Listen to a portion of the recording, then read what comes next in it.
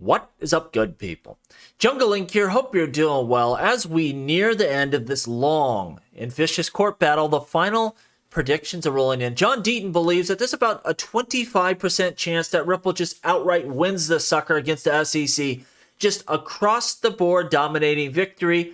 But what about the SEC? Does he think they have equal ability to win this? And no, he thinks they have about a 3% chance to win it all in a very library-esque type manner.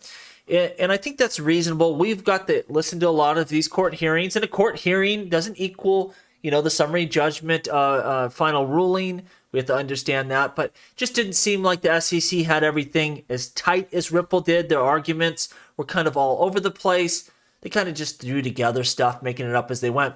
I don't think they're going to get that type of dominating victory, but we noticed 25% Ripple, 3% SEC. That's a whole lot of percentages in between. Probably what we're going to see, some sort of mixed bag, with Ripple having to pay some fines and penalties. The SEC can tout they brought them into compliance, but it's the forward-looking stuff that really matters, and I think that's where we will win out. You can't stop progress. Nothing wrong with making payments faster, cheaper, etc. I think it'll work out at the end of the day, but there is no way to know until we see that summary judgment, but it's coming soon. It's going to be very interesting. How does this court case play out?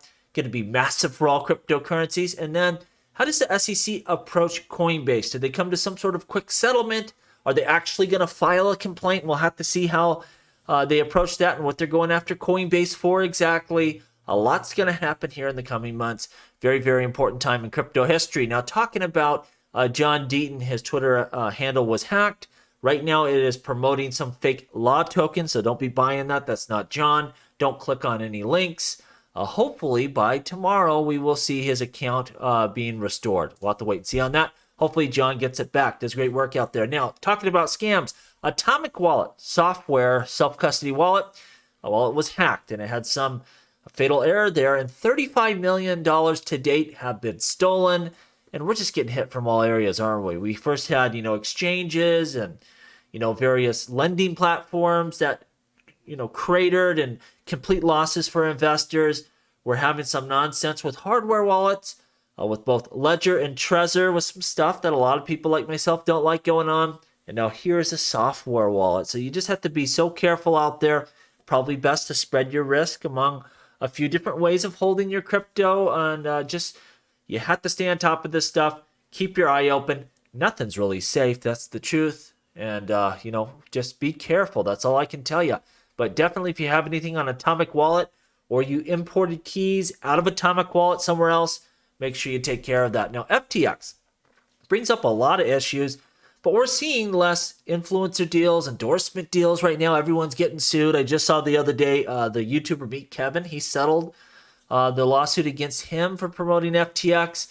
Shaq, Larry David, everyone's getting sued. So scary time right now out there, but when we started this year, I said we're going to see actions versus exchanges, and I think crypto influencers as well.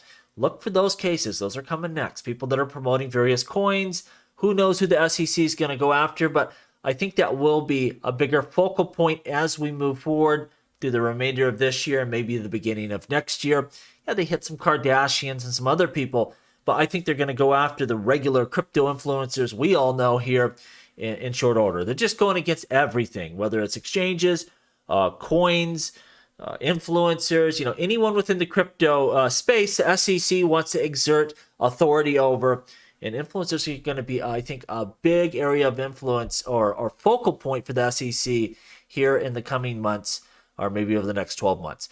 Now, we have a new crypto bill. I didn't go through it, in any kind of depth because I doubt it will actually pass. As I talked about, we don't even have a tax plan yet with this administration. I think more exotic things like crypto legislation are going to have to wait, unfortunately. I thought it would have happened by now. It ain't looking good. But what this tells you is the government, one of the things they talk about more than anything is crypto. They have all these hearings about crypto. It's a big deal, and part of that we're seeing is starting to, play a key role within politics. And we see Jack Dorsey is endorsing Robert F. Kennedy for president. A lot of money probably going to go his way. And this is going to continue to build as this becomes more of a real business with big time money and political influence. We're going to get, that clarity we need to start building it in a compliant way. It just takes time, and I just don't feel right now is that moment. What that allows us to do is, with this extra risk, this extra uncertainty, buy quality assets at a depressed price because it's coming. This isn't a fad. This isn't pet rocks. This is here to stay. It's a real technology that massive business is going to be built on top of, just like the internet, allowed to happen. And so hang in there. It's happening. We see Congress, Senate, they're kicking these ideas around. Government, especially here in the U.S., just takes forever, but they'll get it done. And it's going to be a massive launch pad for this whole space. Now, last thing I want to talk about Bitcoin. There's this big argument over should they, censor these ordinals? Is it unnecessary? Adding unnecessary, volume and transactions on the blockchain here for Bitcoin. Raising the fees, all of that stuff. And I heard some people say, well, that means that it's centralized. No, these are just decentralized developers kicking around ideas. Bitcoin is updated. We don't see it as drastically updated as many altcoin, networks, but it does happen, of course. Any software needs continuous development.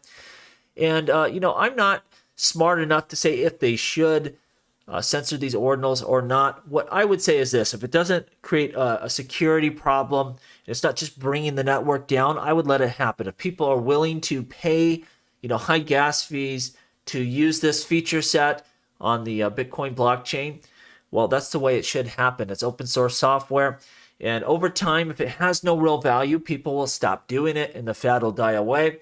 I just don't think we should be overly controlling unless you have to. Unless you go, you know what, this is just going to really harm Bitcoin, then yes, you have to, roll out some updates that stop this. But other than that, let it go on. And I think the free market will take care of itself over time. Let me know what you think down below. Should they stop these ordinals?